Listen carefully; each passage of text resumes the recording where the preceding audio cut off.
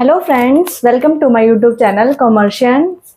In last class we discussed basic accounting terms and in today's class we discuss them further.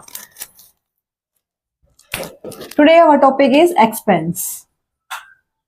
Expense क्या होता है? जो भी goods और सर्विसेज को प्रोड्यूस करने में और सेल करने में जो भी एक्सपेंसेस होते हैं उनको हम बोलते हैं एक्सपेंसेस। इनमें क्या क्या इंक्लूड हो सकता है? Like cost of goods sold, second salary, commission and advertisement expenses जो हम अपने प्रोडक्ट्स के लिए करेंगे वो सब इसमें इंक्लूड होगा। और जो फिक्स एसेट्स पे हम डेप्रिसिएशन चार्ज करते हैं वो भी हमारा एक्सपेंस में इंक्लूड होता है। Depreciation is an expense for the company. Clear? Next is income.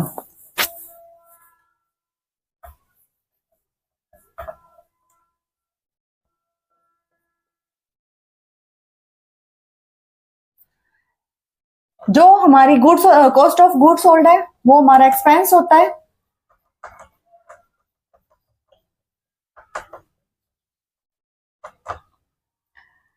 जो हमारे सेल ऑफ गुड्स से जो हमें प्रॉफिट होता है वो हमारा रेवेन्यू होता है। Cost of goods sold and sale of, इनके डिफरेंस को हम इनकम बोलते हैं। Difference, income is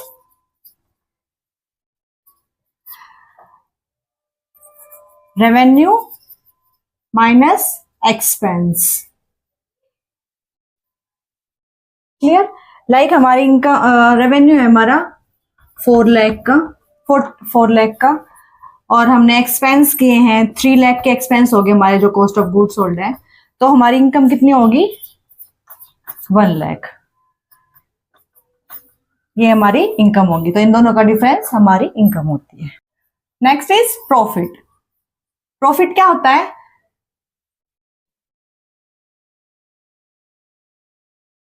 total revenue minus total expense of a business during an accounting period. एक अकाउंटिंग पीरियड में जितने भी टोटल हमारे रेवेन्यू और टोटल एक्सपेंसेस हैं उनके डिफरेंस को हम क्या कहते हैं? Profit. Clear? Next is gain. Profit और गेन में क्या डिफरेंस है? प्रॉफिट है वो हमारा रेगुलर अकाउंटिंग पीरियड में हम जो गेन करते हैं वो होता है, लेकिन गेन क्या होता है? वो इंसिडेंटल है। वो कभी, जैसे हमने फिक्स एसेट्स को सेल किया है, मान लो फिक्स एसेट्स को हमने सेल किया है, सेल ऑफ फिक्स एसेट, उस पे हमें कुछ, जितना हमने फिक्स एसेट परचेज किया था उसकी वैल्यू से ज्यादा हमें प्रॉफिट मिला है तो वो हमारा हो गया गेन, क्योंकि वो इंसिडेंटल है। वो कभी कभी हम अपनी एसेट बेच रहे हैं, यूं तो है नहीं रेगुलर बेसिस पे, वो हमारा बिजनेस होगा अगर हम रेगुलर बेसिस पे कर रहे हैं। लेकिन अगर हमें कोई जैसे बिल्डिंग को सेल कर रहे हैं जिसमें हमने बिजनेस कर रहे थे, हम अपनी मशीनरी इंस्टॉल कर रखी थी, तो उसको बेच के हम कुछ प्रॉफिट अर्न कर रहे हैं तो वो हमारा गेन होगा। ये इनमें डिफरेंस है। ये रेगुलर में होता है, ये इंसिडेंटल है। That is incidental. Clear? Next is loss.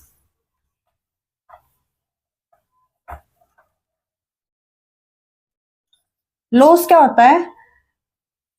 Like जब हमारे टोटल एक्सपेंसेस हैं जो वो हमारे टोटल रेवेन्यू से ज्यादा हो, टोटल रेवेन्यू से ज्यादा हो तो वो हमारे लिए लॉस होगा। एक और पॉइंट में हम लॉस को कर सकते हैं, लाइक एक तो ये पार्ट हो गया, एक और है जैसे कि इंसिडेंटल होगा वो भी, लाइक गेन है उसी टाइप में, लाइक फायर है या फिर किसी अर्थक्वेक है या फिर कोई भी नेचुरल कोज है, उसकी वजह से हमारे बिजनेस को कोई लॉस हुआ है। हमारे एक्सपेंस और लॉस में एक डिफरेंस है कि जो एक्सपेंस है वो रेवेन्यू को जनरेट करने के लिए करते हैं हम, लेकिन लॉस नहीं। तो एक्सपेंस लाइक डेप्रिशिएशन है, डेप्रिशिएशन इज एन एक्सपेंस, वो हम हमारी जो एसेट है उस पे चार्ज कर रहे हैं ईयर बाय ईयर। लेकिन थेफ्ट है ऑफ एसेट, चोरी होगी हमारे एसेट की, तो वो हमारे लिए लॉस है, क्योंकि उससे हमें फ्यूचर में कोई बेनिफिट नहीं मिलने वाला है। क्लियर?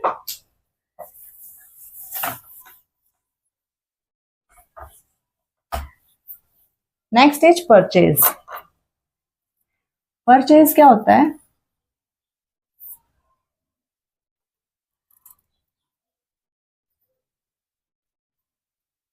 Buying of goods. ये टू टाइप्स में हो सकता है, एक तो ट्रेडिंग कंसर्न में, एक मैन्युफैक्चरिंग में।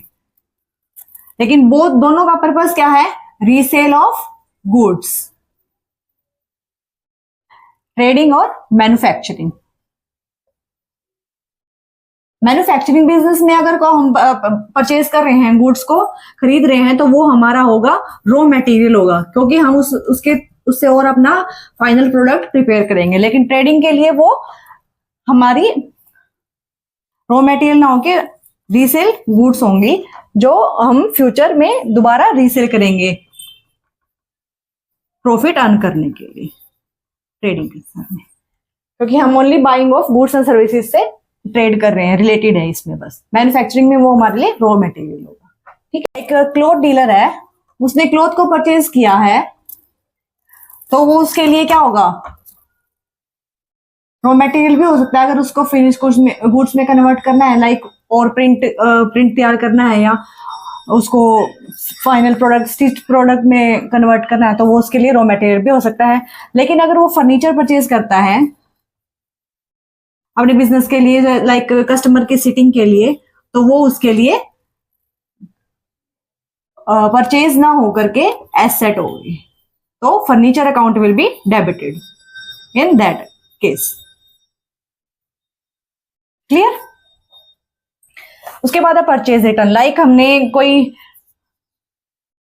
गुड्स परचेज किए हैं और हम में डिफॉल्ट हुआ है या कुछ भी, हमें उनकी नीड नहीं है, तो हम उनको सप्लायर को वापस रिटर्न कर रहे हैं, सप्लायर को रिटर्न कर रहे हैं, तो वो हमारी लिए क्या होंगी? Purchase return. उसके बाद है sale. Next is sale. Sale क्या होता है?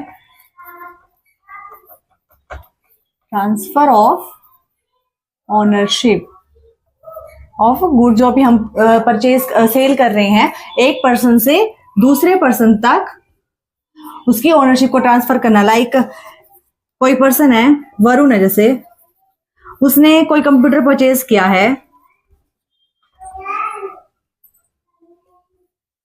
मोहित से, तो इसने परचेज किया है, तो एक फिक्स अमाउंट है जो वो इसको पे करेगा मोहित को, और ये इसकी ओनरशिप कंप्यूटर की है जो वो वरुण को ट्रांसफर कर देगा। तो transfer of ownership from one person to another is sale. ठीक है, क्लियर? सेल्स रिटर्न, जो हमारे जैसे कस्टमर्स हैं वो हमारे प्रोडक्ट्स को रिटर्न करते हैं, तो वो हमारे क्या होंगे? Sales return. जो हमारी सेल्स की थी वो रिटर्न होंगी, तो हमारी sales return. Next is stock. Stock क्या होता है? जो भी हम गुड्स परचेज करते हैं या मैन्युफैक्चर करते हैं, और जो at the end of the year lying unsold, at the end of the year those are lying unsold, lying unsold.